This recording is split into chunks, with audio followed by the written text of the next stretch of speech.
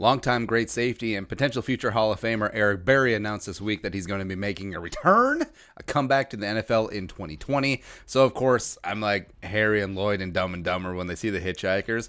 Pick him up.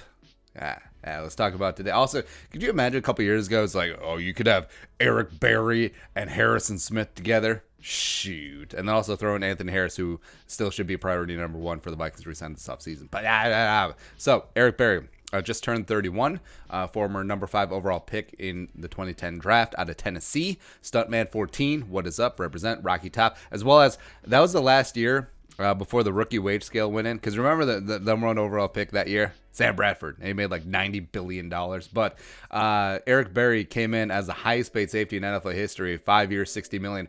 $12 million a year is a lot for a safety now. Like, that's what Anthony Harris might get. So imagine doing that almost a decade ago, which is just awesome. Anyways, ended up being a 5-time Pro Bowler for the Chiefs, 3-time first team All-Pro as well. But has run into some health snafus as of late. He's only played 4 games since the ending of the 2016 season. Of course, back in 2014, he was diagnosed with Hodgkin's lymphoma, made a great comeback from that, was the NFL Comeback Player of the Year in 2015. But also, unfortunately, the last couple years, his Achilles heel has been his Achilles heel. Where he blew it out in 2017, first game of the season, fresh off of signing a 6-year, $78 million deal with the Chiefs. And then soreness in that heel and also some other issues around that same Achilles injury led to him only playing in 2 regular season games and 1 playoff game in 2018. And that was it. That's all the ball that he's played since 2016, and he was cut by the Chiefs last offseason and decided to take a year off to heal. So this is all by design.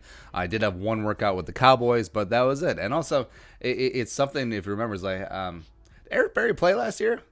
I know he didn't. One of those, moments. So what do you have here? With Eric Berry, you have a supremely talented player from back in the day, as well as a guy who's been through a lot, is tough as nails, but also is coming off of a multi-year injury with that Achilles, and also has been a year away from football. Now, a year away from football can be good.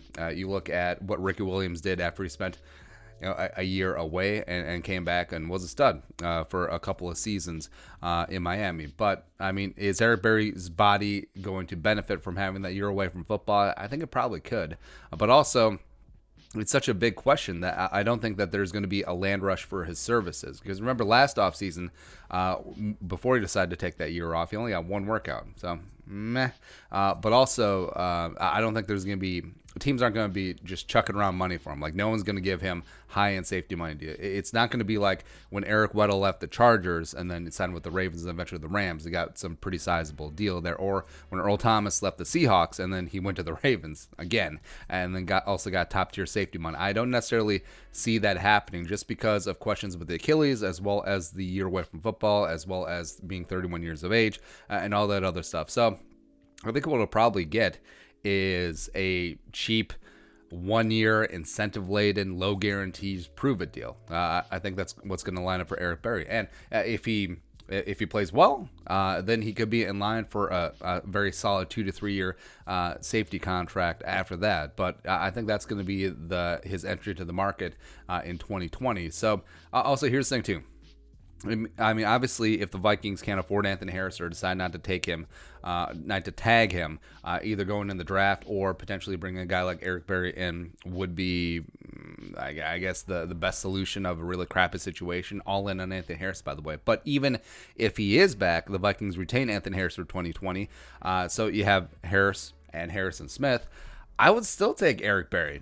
I would still take him on a $3 to $5 million low guaranteed incentive laden deal to be your third safety, because you look at how effective the third safety look was in the Zimmer defense this last year in certain matchups. You look at Andrew Sendejo in the Saints game. You look at Jaron Kearse throughout the season, even though Jaron Kearse ain't coming back, but more on that later in this week. But I would gamble on an Eric Berry who's been out of the league for a year, who's only played 4 games since 2016, over an aging Sendejo, as well as over a Jaron Kearse who probably won't be back, or even a rookie TBD.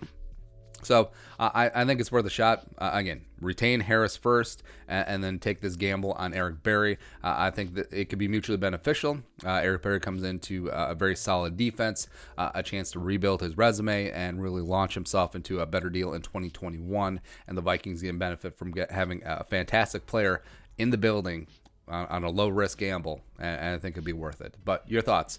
Eric Berry, Vikings? ? All the clickbait. All the clickbait.